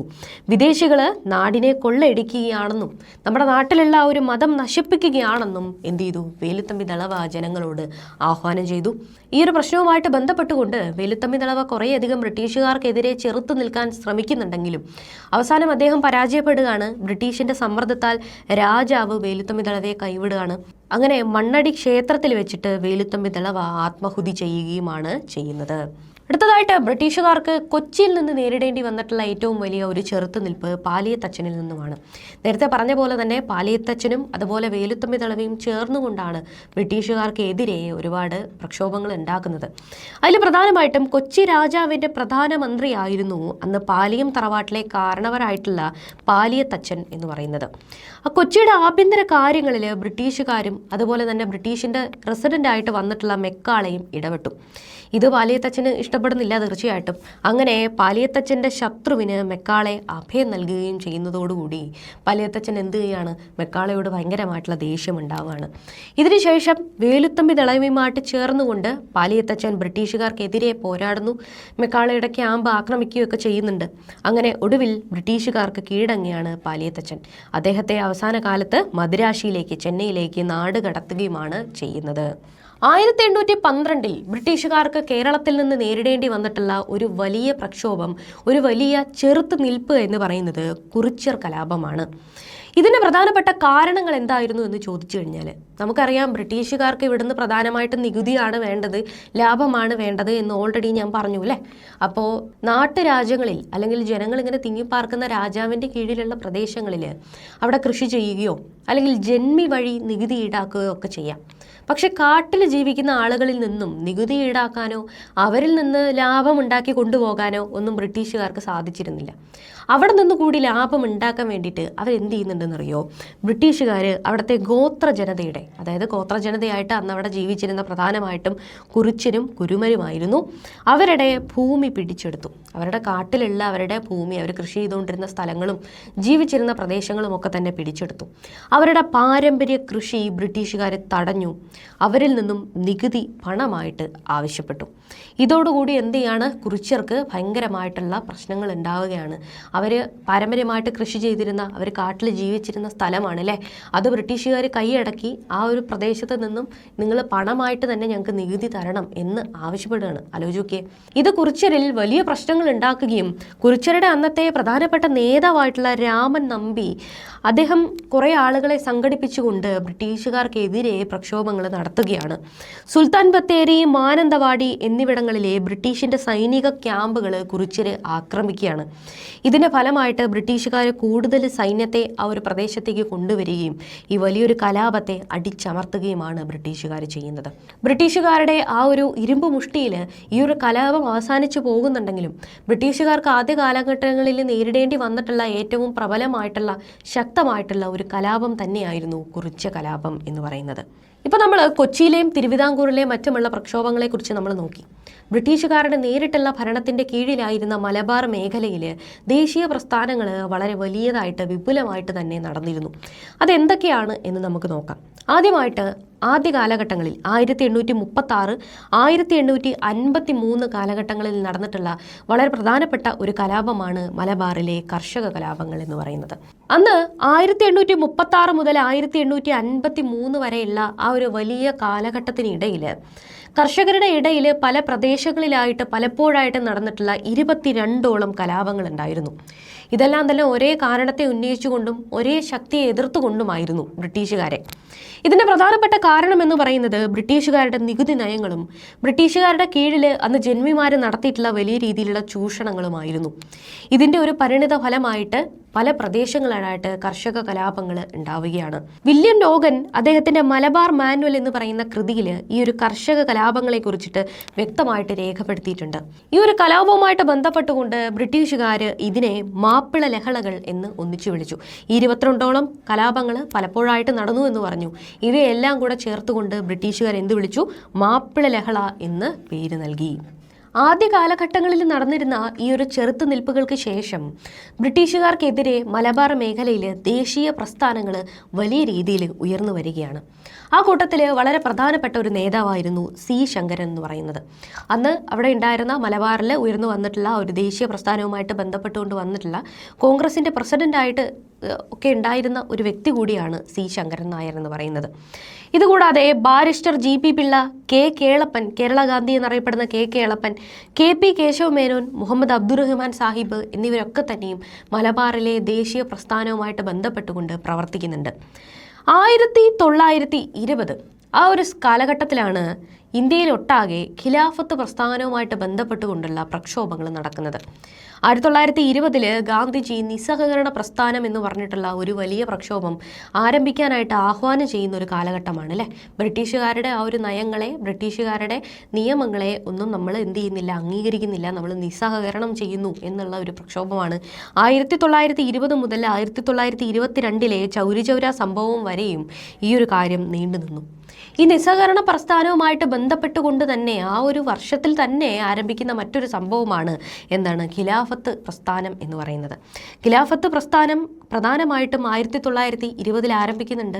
ഈ ഖിലാഫത്തിൻ്റെയും അതേപോലെ തന്നെ നിസ്സഹകരണ പ്രസ്ഥാനത്തിൻ്റെയും പ്രചരണവുമായിട്ടും അതിൻ്റെ പ്രവർത്തനവും ഒക്കെ ആയിട്ട് ബന്ധപ്പെട്ടുകൊണ്ട് 1920 ഗാന്ധിജി ആദ്യമായിട്ട് കേരള സന്ദർശനം നടത്തുകയാണ്. അങ്ങനെ ഗാന്ധിജിയുടെ ആദ്യത്തെ കേരള സന്ദർശനം എന്തുമായിട്ട് ബന്ധപ്പെട്ടുകൊണ്ട് എന്ന് നമ്മളോട് പരീക്ഷയ്ക്ക് ചോദിച്ചാൽ ഖിലാഫത്ത് നിസ്സഹകരണ പ്രസ്ഥാനവുമായിട്ട് ബന്ധപ്പെട്ടുകൊണ്ട് എന്ന് നമ്മൾ ഓർത്ത് വെച്ചേക്കണം. ഇതിൻ്റെ പ്രചാരണാർത്ഥമാണ് അദ്ദേഹം എന്ത് ചെയ്യുന്നത്? കോഴിക്കോട് എത്തിച്ചേരുന്നത്. ഇതിനുശേഷം മലബാർ മേഖലയിൽ ശക്തി പ്രാപിച്ചിട്ടുള്ള മറ്റൊരു മുന്നേറ്റമായിരുന്നു ഉപ്പ് സത്യാഗ്രഹം എന്ന് പറയുന്നത്.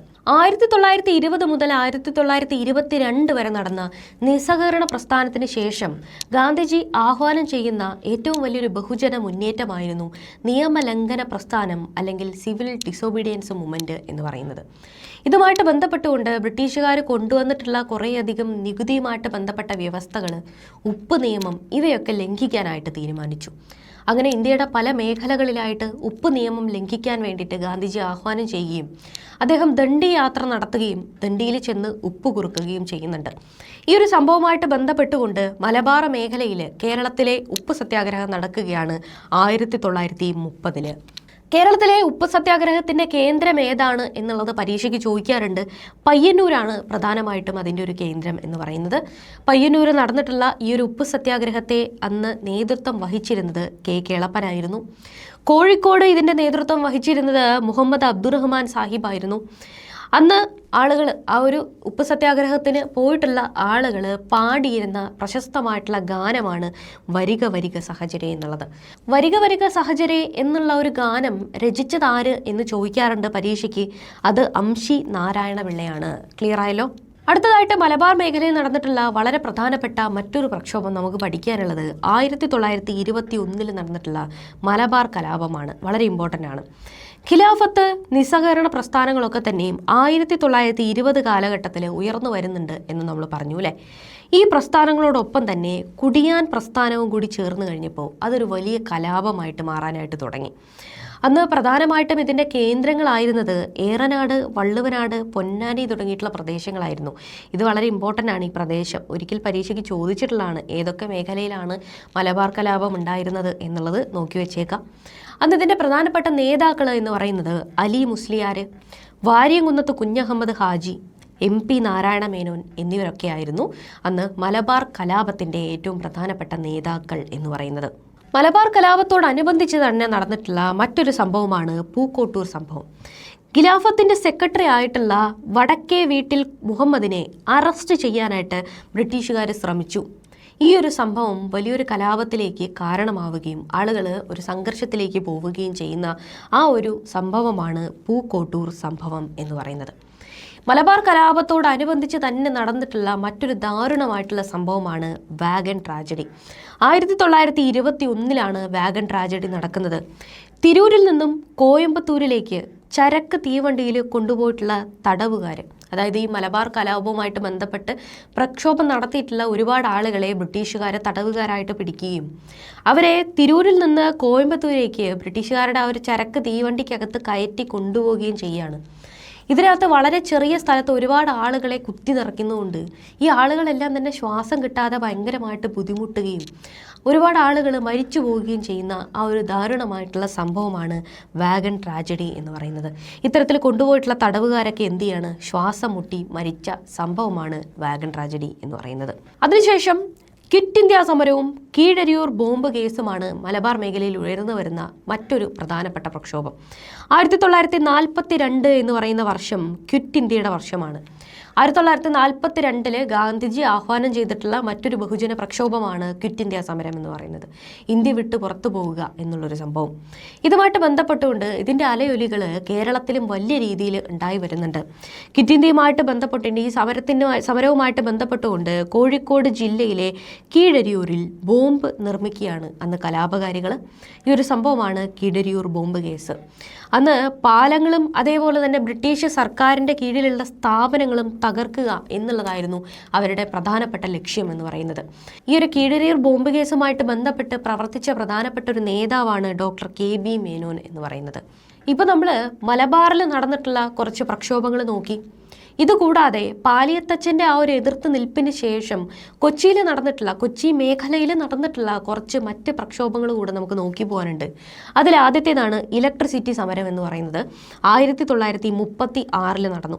തൃശ്ശൂർ മേഖലയിലുണ്ടായിരുന്ന വൈദ്യുതി വിതരണം എന്ന് പറയുന്നത് സ്വകാര്യ കമ്പനിയെ ഏൽപ്പിച്ച ദിവാൻ ഷൺമുഖം ചെട്ടിയുടെ നടപടിക്കെതിരെ നടന്നിട്ടുള്ള ഒരു പ്രക്ഷോഭമാണ് ഇലക്ട്രിസിറ്റി സമരം എന്ന് പറയുന്നത്.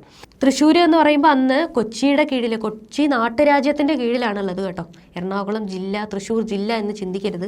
അതൊരു നാട്ടുരാജ്യത്തിൻ്റെ കീഴിലായിരുന്നു തൃശ്ശൂർ എന്ന് പറയുന്ന മേഖല ഉണ്ടായിരുന്നത്. അതുമായിട്ട് ബന്ധപ്പെട്ടുകൊണ്ടാണ് ഇലക്ട്രിസിറ്റി സമരം 1936 നടക്കുന്നത്.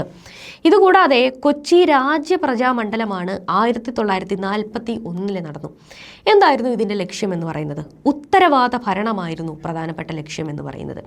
അതായത് ഇക്കണ്ട വാര്യർ, പനമ്പള്ളി ഗോവിന്ദമേനോൻ, VR കൃഷ്ണൻ എഴുത്തച്ഛൻ തുടങ്ങിയ നേതാക്കളുടെ കീഴിൽ ഉത്തരവാദ ഭരണം ആവശ്യപ്പെട്ടുകൊണ്ട് നടത്തിയിട്ടുള്ള പ്രക്ഷോഭമാണ് ഈ ഒരു കൊച്ചി രാജപ്രജാമണ്ഡലവുമായിട്ട് ബന്ധപ്പെട്ടുകൊണ്ട് നടത്തുന്നത്.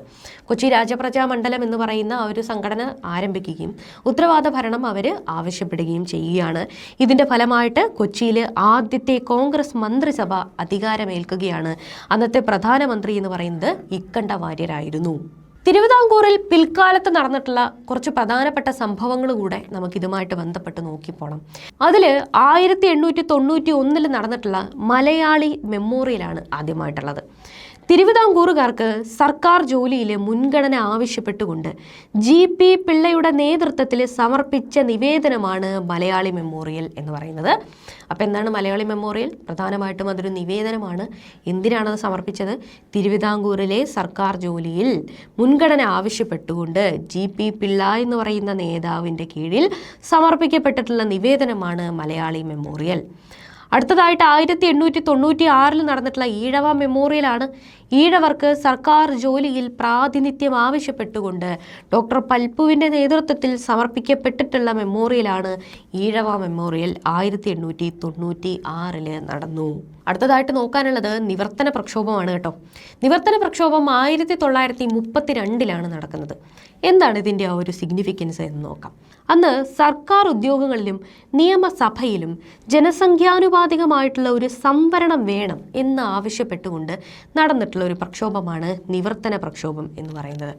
അപ്പോൾ അന്ന് ക്രിസ്ത്യൻ, മുസ്ലിം, ഈഴവ വിഭാഗങ്ങളുടെയൊക്കെ കൂടെ ഒരു ആകെ എല്ലാവരും കൂടെ ചേർന്നുകൊണ്ട് സംയുക്ത രാഷ്ട്രീയ സമിതി എന്നുള്ള പേരിൽ എല്ലാ വിഭാഗങ്ങളും കൂടെ ചേർന്നുകൊണ്ട് എന്ത് ചെയ്യുന്നുണ്ട്? ഈ ഒരു നിവർത്തന പ്രക്ഷോഭം ആരംഭിക്കുന്നുണ്ട്. അപ്പോൾ എന്താണ്? സർക്കാർ ഉദ്യോഗങ്ങളിലും നിയമസഭയിലും ജനസംഖ്യയുടെ അനുപാതമായിട്ടുള്ള ഒരു സംവരണം വേണം എന്നാവശ്യപ്പെട്ട് നടന്നിട്ടുള്ള പ്രക്ഷോഭമാണ് നിവർത്തന പ്രക്ഷോഭം.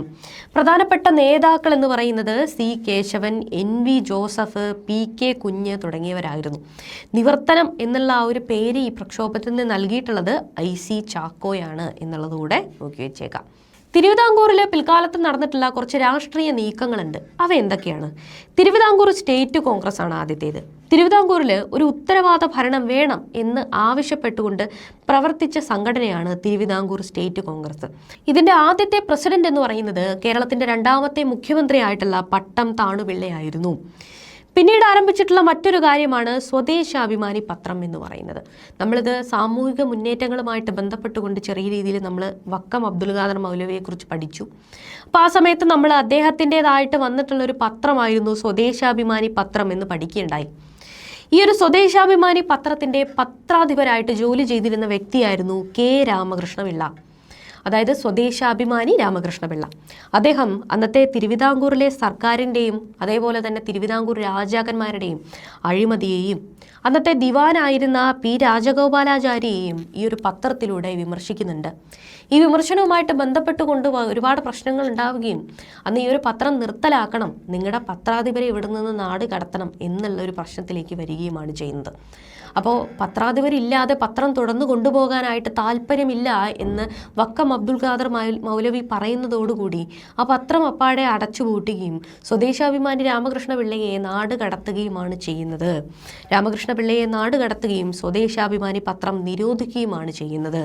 അടുത്തതായിട്ട് 1934 ആരംഭിച്ചിട്ടുള്ള കോൺഗ്രസ് സോഷ്യലിസ്റ്റ് പാർട്ടിയാണ്. 1934 കോഴിക്കോട് വെച്ച് K കേളപ്പൻ്റെ അധ്യക്ഷതയിലാണ് കോൺഗ്രസ് സോഷ്യലിസ്റ്റ് പാർട്ടി ആരംഭിക്കുന്നത്. ഇന്ത്യൻ നാഷണൽ കോൺഗ്രസിനുള്ളിൽ സോഷ്യലിസ്റ്റ് ആശയങ്ങളെ വളർത്തിക്കൊണ്ടുവരിക എന്നുള്ളതായിരുന്നു ഈ പാർട്ടിയുടെ ഏറ്റവും പ്രധാനപ്പെട്ട ഒരു ലക്ഷ്യം എന്ന് പറയുന്നത്. അന്ന് P കൃഷ്ണപിള്ള, പ്രധാനപ്പെട്ട കമ്മ്യൂണിസ്റ്റ് നേതാവായിട്ടുള്ള P കൃഷ്ണപിള്ള, അതേപോലെ തന്നെ EMS നമ്പൂതിരിപ്പാട്, AK ഗോപാലൻ തുടങ്ങിയിട്ടുള്ള ആളുകളൊക്കെ തന്നെയും ഈ കോൺഗ്രസ് സോഷ്യലിസ്റ്റ് പാർട്ടിയുമായിട്ട് ബന്ധപ്പെട്ട് പ്രവർത്തിക്കുന്നുണ്ട്. കേരളത്തിൽ നിരവധി കർഷക സമരങ്ങൾക്ക് നേതൃത്വം നൽകുകയും കർഷകരെ ഒരുപാട് സമരങ്ങളിലേക്ക് പോകാനായിട്ട് പ്രചോദിപ്പിക്കുകയും ചെയ്യുന്നുണ്ട് ഈ പാർട്ടിയുമായിട്ട് ബന്ധപ്പെട്ടുകൊണ്ട് നേതാക്കന്മാർ. അടുത്തതായിട്ട് 1946 നടന്നിട്ടുള്ള പുന്നപ്ര വയലാർ സമരമാണ് വളരെ ഇമ്പോർട്ടൻ്റ് ആണ്. അന്നത്തെ ദിവാനായിരുന്ന CP രാമസ്വാമി അയ്യരുടെ സ്വേച്ഛാധിപത്യ ഭരണത്തെ അവസാനിപ്പിക്കുക എന്ന ലക്ഷ്യത്തോടുകൂടി ഉത്തരവാദ ഭരണം സ്ഥാപിക്കാൻ വേണ്ടിയിട്ടുള്ള ആ ഒരു ആവശ്യത്തോടു കൂടിയും ആരംഭിച്ചിട്ടുള്ള സമരമാണ് പുന്നപ്ര വയലാർ സമരം എന്ന് പറയുന്നത്. കമ്മ്യൂണിസ്റ്റ് പാർട്ടി, കർഷകരും തൊഴിലാളികളുമാണ് ഈ ഒരു പുന്നപ്ര വയലാർ സമരത്തിന് നേതൃത്വം നൽകുന്നത്. ആലപ്പുഴയിലുള്ള പുന്നപ്ര എന്ന് പറയുന്ന പ്രദേശത്തും വയലാർ എന്ന് പറയുന്ന പ്രദേശത്തുമാണ് പ്രധാനമായിട്ടും ഇതിൻ്റെ സമരങ്ങൾ നടന്നിട്ടുള്ളത്. അടുത്തതായിട്ട് നമ്മുടെ പാഠപുസ്തകത്തിൽ പ്രധാനമായിട്ടും മെൻഷൻ ചെയ്തു പോകുന്ന ഒരാളാണ് കൗമുദി ടീച്ചർ എന്ന് പറയുന്നത്. വടകരയിൽ ഗാന്ധിജി എത്തുന്ന സമയത്ത്, ഗാന്ധിജിയുടെ കേരള സന്ദർശന സമയത്ത് ഗാന്ധിജി വടകരയിൽ എത്തുന്ന സമയത്ത് ഗാന്ധിജിയുടെ പ്രസംഗം കേട്ടുകൊണ്ട് അവരുടെ സ്വർണ്ണവളകളും കമ്മലും മാലയും ഊരി നൽകിയിട്ടുള്ള വ്യക്തിയാണ് കൗമുദി ടീച്ചർ എന്ന് പറയുന്നത്. ഇനി ആഭരണം ധരിക്കില്ലെന്നും ഖാദി വസ്ത്രം മാത്രമേ ധരിക്കുകയുള്ളൂ എന്നും ഗാന്ധിജിക്ക് ഉറപ്പ് നൽകുകയും ലളിത ജീവിതത്തിലേക്ക് കടക്കുകയും ചെയ്യുകയാണ് കൗമുദി ടീച്ചർ. അവരുടെ മരണം വരെയും അവർ ലളിത ജീവിതമായിരുന്നു നയിച്ചിട്ടുണ്ടായിരുന്നത്. ഈ പറയുന്ന പ്രക്ഷോഭങ്ങളുമായിട്ട് ബന്ധപ്പെട്ടുകൊണ്ട് സ്ത്രീകളുടെ പങ്കാളിത്തം കൂടെ നമ്മളൊന്ന് നോക്കിപ്പോണം. അതിൽ പ്രധാനമായിട്ടും ഉപ്പ് നിർമ്മാണം, അതായത് ഉപ്പ് നിയമത്തെ ലംഘിക്കാൻ വേണ്ടിയിട്ടുള്ള ആ ഒരു പ്രക്ഷോഭം, വിദേശ വസ്തുക്കളുടെയും വിദേശ വസ്ത്രങ്ങളുടെയും ബഹിഷ്കരണം, ഖാദിയുടെ പ്രചരണം, ഹരിജനോദ്ധാരണം തുടങ്ങിയിട്ടുള്ള മേഖലകളിലൊക്കെ തന്നെയും വനിതാ നേതാക്കൾ അന്ന് വളരെ ശക്തിയോടുകൂടി തന്നെ പങ്കെടുക്കുന്നുണ്ട്. അതിൽ പ്രധാനപ്പെട്ടിട്ടുള്ള നേതാക്കൾ എന്ന് പറയുന്നത് AV കുട്ടിമാളു അമ്മ, അമ്മു സ്വാമിനാഥൻ, അതേപോലെ തന്നെ തിരുവിതാംകൂറുമായിട്ട് ബന്ധപ്പെട്ടുകൊണ്ടാണെങ്കിൽ അക്കാമ ചെറിയാൻ, ആനി മസ്ക്രീൻ തുടങ്ങിയിട്ടുള്ള സാമൂഹിക പരിഷ്കർത്താക്കളായിട്ടുള്ള നേതാക്കളൊക്കെ തന്നെയും പങ്കെടുക്കുന്നുണ്ട്. ഇതുകൂടാതെ പാഠപുസ്തകത്തിൽ കൃത്യമായിട്ട് പറഞ്ഞു പോയിട്ടുള്ള മറ്റൊരു പേരാണ് C കുഞ്ഞിക്കാവമ്മ. ഗാന്ധിജി ആദ്യമായിട്ട് കേരളത്തിൽ എത്തിയ സമയത്ത്, ഖിലാഫത്തുമായിട്ട് ബന്ധപ്പെട്ടുകൊണ്ട് ഗാന്ധിജി കേരളത്തിൽ എത്തുന്ന സമയത്ത് സ്വർണ്ണ നൂലിൽ കോർത്തിട്ടുള്ള ഒരു തുളസിമാല മകനെ കൊണ്ട് അണിയിക്കുകയാണ് അന്ന് C കുഞ്ഞിക്കാവമ്മ. ആ സമയത്ത് ഗാന്ധിജിയുടെ നിർദ്ദേശപ്രകാരം ആയുഷ്കാലം മുഴുവൻ ഖാദി മാത്രമേ ധരിക്കുകയുള്ളൂ എന്നും ലളിത ജീവിതത്തിലേക്ക് കടക്കാമെന്നും അവരെന്ത് ചെയ്യാണ്, ഗാന്ധിജിയോട് പ്രതിജ്ഞ ചെയ്യുകയാണ്. 1938 കേരള പ്രദേശ് കോൺഗ്രസ് കമ്മിറ്റിയുടെ KPCCയുടെ പ്രസിഡന്റായിട്ട് മാറുകയാണ് C കുഞ്ഞിക്കാവമ്മ. ഹരിജനോദ്ധാരണം, ഖാദി പ്രചരണം തുടങ്ങിയവയുമായിട്ട് ബന്ധപ്പെട്ടൊക്കെ തന്നെ സജീവമായിട്ട് പ്രവർത്തിച്ചിരുന്ന ഒരു സാമൂഹിക പരിഷ്കർത്താവ് കൂടിയായിരുന്നു C കുഞ്ഞിക്കാവമ്മ. കൊച്ചിയിൽ നടന്നിട്ടുള്ള ദേശീയ പ്രസ്ഥാനത്തിൻ്റെ ആ ഒരു ചെറിയ ടൈം ലൈന് നമുക്ക് ഒന്ന് ഓടിച്ചു നോക്കി പോവാം. 1921 കേരള പ്രവിശ്യ കോൺഗ്രസ് കമ്മിറ്റിയുടെ പ്രവർത്തനം ആരംഭിക്കുന്നുണ്ട്. 1930 സിവിൽ നിയമലംഘന പ്രസ്ഥാനം. 1936 തൃശ്ശൂരിൽ നടന്നിട്ടുള്ള വൈദ്യുതി പ്രക്ഷോഭം, വൈദ്യുതി വിതരണം സ്വകാര്യ ഏജൻസിയെ ഏൽപ്പിച്ചതിനെതിരെ നടക്കുന്ന ആ ഒരു വൈദ്യുതി സമരം. 1941 നടക്കുന്ന കൊച്ചി രാജ്യ പ്രജാമണ്ഡലത്തിൻ്റെ രൂപീകരണം. അതിൻ്റെ അധ്യക്ഷനായിട്ട് അന്ന് പ്രവർത്തിച്ചിരുന്നത് VR കൃഷ്ണൻ എഴുത്തച്ഛൻ. ഇദ്ദേഹമായിരുന്നു. ഇത്രയും കാര്യങ്ങളാണ് കൊച്ചിയിൽ ഏറ്റവും പ്രധാനമായിട്ട് നടന്നിട്ടുള്ള ഒരു ദേശീയ പ്രസ്ഥാനങ്ങൾ എന്ന് പറയുന്നത്. ഇതിനുശേഷം 1942 പ്രജാമണ്ഡലത്തിൻ്റെ നേതൃത്വത്തിൽ ക്വിറ്റ് ഇന്ത്യ സമരം കൊച്ചി മേഖലകളിൽ ശക്തി പ്രാപിക്കുന്നുണ്ട്. 1946 ഉത്തരവാദ ഭരണത്തിന് വേണ്ടിയിട്ടുള്ള പ്രക്ഷോഭം. 48 ഈ ഇക്കണ്ട വാര്യർ കൊച്ചിയിലെ ആദ്യത്തെ ജനകീയ പ്രധാനമന്ത്രിയായിട്ട് മാറി പ്രജാമണ്ഡലം കോൺഗ്രസിൽ ലയിക്കുകയുമാണ് ചെയ്യുന്നത്. ഇനി മലബാർ മേഖലയിലുള്ള ഒരു ടൈം ലൈൻ നമുക്ക് നോക്കാം. 1920 നമ്മൾ പറഞ്ഞു മഞ്ചേരി രാഷ്ട്രീയ സമ്മേളനം. ആ സമയത്ത് കുടിയായ്മ പരിഷ്കരണവും നിസ്സഹകരണ പ്രസ്ഥാനവും ഖിലാഫത്തും ആവശ്യപ്പെട്ടുകൊണ്ടുള്ള ഒരു പ്രക്ഷോഭമായിരുന്നു 1920 മഞ്ചേരി രാഷ്ട്രീയ സമ്മേളനം എന്ന് പറയുന്നത്. 1921 ഒറ്റപ്പാലം സമ്മേളനം നടക്കുന്നുണ്ട്. അന്ന് അതിൻ്റെ അധ്യക്ഷനായിട്ട് പ്രവർത്തിച്ചത് ടി പ്രകാശമായിരുന്നു. ആദ്യത്തെ അഖിലേന്ത്യാ പ്രവിശ്യ സമ്മേളനമായിരുന്നു 1921 നടന്നിട്ടുള്ളത്. ഇതുകൂടാതെ 1921 നടന്നിട്ടുള്ള മറ്റൊരു പ്രധാനപ്പെട്ട സംഭവം മലബാർ കലാപം അല്ലേ. ബ്രിട്ടീഷ് ജന്മി വിരുദ്ധ കലാപമായിരുന്നു മലബാർ കലാപം. അതിൻ്റെ നേതാക്കളായിട്ട് പ്രവർത്തിച്ചത് വാര്യംകുന്നത്ത് കുഞ്ഞഹമ്മദ് ഹാജി, സീതിക്കോയ തങ്ങൾ, അലി മുസ്ലിയാർ എന്നിവരായിരുന്നു. Wagon tragedy. 61 കലാപകാരികൾ തിരൂരിൽ നിന്നും കോയമ്പത്തൂരേക്ക് പോകുന്ന ആ ഒരു തീവണ്ടി മുറിയിൽ ശ്വാസം മുട്ടി മരിച്ച സംഭവമാണ് വാഗൺ ട്രാജഡി എന്ന് പറയുന്നത്. 1921 നടന്നിട്ടുള്ള മറ്റൊരു സംഭവമാണ് പൂക്കോട്ടൂർ സംഭവം. കലാപകാരികൾ ബ്രിട്ടീഷ് സൈന്യവുമായിട്ട് നേരിട്ടുള്ള ഏറ്റുമുട്ടൽ നടക്കുന്ന സംഭവമാണിത്. അന്ന് യുദ്ധക്കപ്പലായിട്ടുള്ള കോമസ് കോഴിക്കോട് എത്തുകയുണ്ടായി ഈ ഒരു സംഭവവുമായിട്ട് ബന്ധപ്പെട്ടുകൊണ്ട്. ഇതുകൂടാതെ 1930 ഉപ്പ് സത്യാഗ്രഹം ദേശീയ പ്രസ്ഥാനവുമായിട്ട് ബന്ധപ്പെട്ടുകൊണ്ട് മലബാർ മേഖലയിൽ നടക്കുന്നുണ്ട്. കേളപ്പൻ, മുഹമ്മദ് അബ്ദുറഹ്മാൻ സാഹിബ്, പി കൃഷ്ണപിള്ള തുടങ്ങിയവരൊക്കെ തന്നെയും ഇതിന് നേതൃത്വം നൽകി. 1936 നടന്നിട്ടുള്ള വലിയൊരു സംഭവമാണ് പട്ടിണി ജാഥ എന്ന് പറയുന്നത്. നമ്മുടെ AKG ആണ് പട്ടിണി ജാഥയ്ക്ക് നേതൃത്വം നൽകിയിട്ടുള്ളത്. കണ്ണൂർ മുതൽ മദ്രാസ് വരെ അദ്ദേഹം അന്ന് പട്ടിണി ജാഥ സംഘടിപ്പിച്ചു. അന്ന് ഈ ഒരു ദേശീയ പ്രസ്ഥാനത്തെക്കുറിച്ച് അവബോധം നൽകാനും കണ്ണൂരിലെ ജനങ്ങളുടെ ആ ഒരു ദാരുണമായിട്ടുള്ള അവസ്ഥ മദ്രാസ് സർക്കാരിലേക്ക് എത്തിക്കാനും വേണ്ടിയിട്ടാണ് ഈ ഒരു പട്ടിണി ജാഥ സംഘടിപ്പിക്കുന്നത്. ഇതിൻ്റെ നേതാവ് AKG ആയിരുന്നു, AK ഗോപാലനായിരുന്നു. 1942 നടന്നിട്ടുള്ള സംഭവമാണ് ക്വിറ്റ് ഇന്ത്യ പ്രസ്ഥാനവും. ക്വിറ്റ് ഇന്ത്യ പ്രസ്ഥാനവുമായിട്ട് ബന്ധപ്പെട്ടുകൊണ്ട് കേരളത്തിൽ നടന്ന സംഭവമായിട്ടുള്ള കീഴരിയൂർ ബോംബ് കേസും. 1932 തിരുവിതാംകൂറിൽ നടന്നിട്ടുള്ള സംഭവമാണ് നിവർത്തന പ്രക്ഷോഭം. ഇതിനകത്ത് C Kesavan, TM Varghese, NV Joseph തുടങ്ങിയവരാണ് പ്രധാനമായിട്ടും നേതൃത്വം നൽകുന്നത്. സ്വത്തിന് പകരം അന്ന് സ്വത്ത് എത്ര ഉണ്ടോ ഒരാൾക്ക് അതിനനുസരിച്ചായിരുന്നു അവർക്ക് പ്രാതിനിധ്യം നൽകിയിരുന്നത്. അതൊഴിവാക്കിക്കൊണ്ട് സ്വത്തിന് പകരം ജനസംഖ്യാനുപാതികമായിട്ട് വോട്ടവകാശം വേണം എന്ന് ആവശ്യപ്പെട്ടുകൊണ്ട് നടന്ന സംഭവമാണ് നിവർത്തന പ്രക്ഷോഭം. 1938 തിരുവിതാംകൂർ സ്റ്റേറ്റ് കോൺഗ്രസ് രൂപീകരിക്കുകയുണ്ടായി തിരുവിതാംകൂറിൽ. അതിൻ്റെ ആദ്യത്തെ പ്രസിഡന്റായിരുന്നു പട്ടം താണുപിള്ള. ഇതുകൂടാതെ സിവിൽ നിയമലംഘന സമരം, ആ ഒരു സിവിൽ ഡിസൊബീഡിയൻസ് മൂവ്മെന്റ് എന്ന് പറയുന്ന രാജ്യം മുഴുവൻ നീണ്ടു നിന്നിരുന്ന ഒരു സമരവുമായിട്ട് ബന്ധപ്പെട്ടുകൊണ്ട് കേരളത്തിൽ അക്കാമ ചെറിയാൻ നയിച്ചിട്ടുള്ള സ്റ്റേറ്റ് കോൺഗ്രസ് ആക്ഷൻ കൗൺസിലിൻ്റെ വമ്പിച്ച ഒരു പ്രകടനം തിരുവനന്തപുരത്ത് രാജകൊട്ടാരത്തിലേക്ക് നടക്കുകയുണ്ടായി.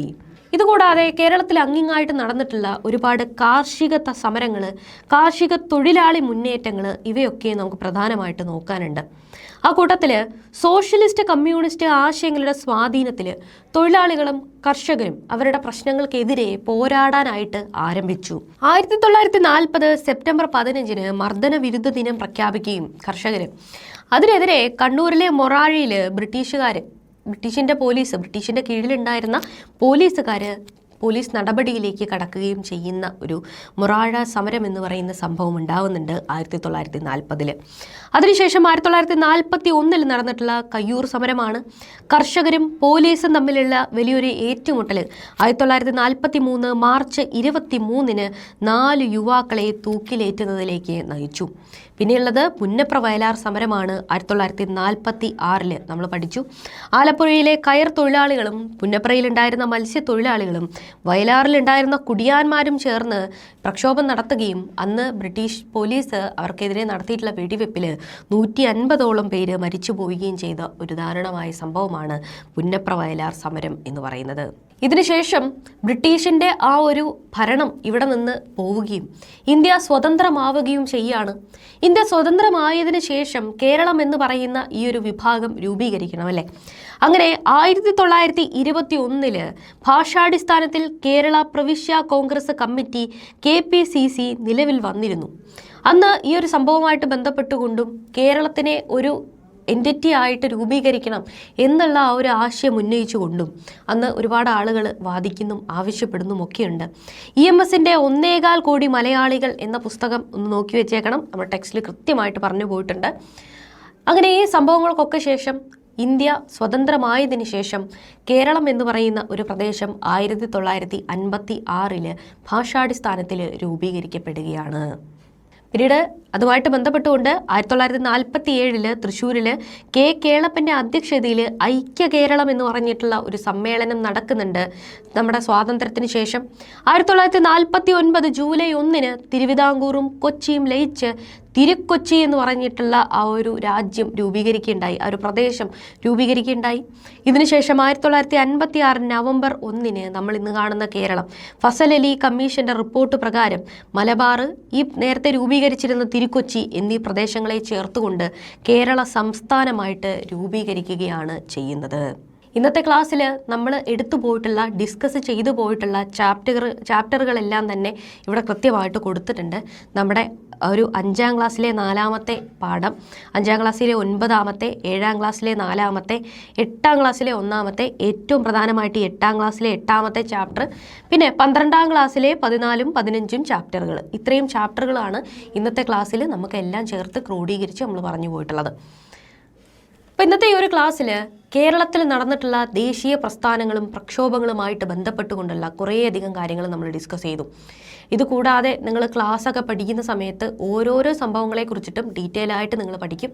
ഈ ഓരോ സംഭവവുമായിട്ട് ബന്ധപ്പെട്ട് നമ്മുടെ SCERTയിൽ പറഞ്ഞിട്ടുള്ള കാര്യങ്ങൾ മാത്രമാണ് ഇന്ന് നമ്മളിവിടെ ഡിസ്കസ് ചെയ്തിട്ടുള്ളത്.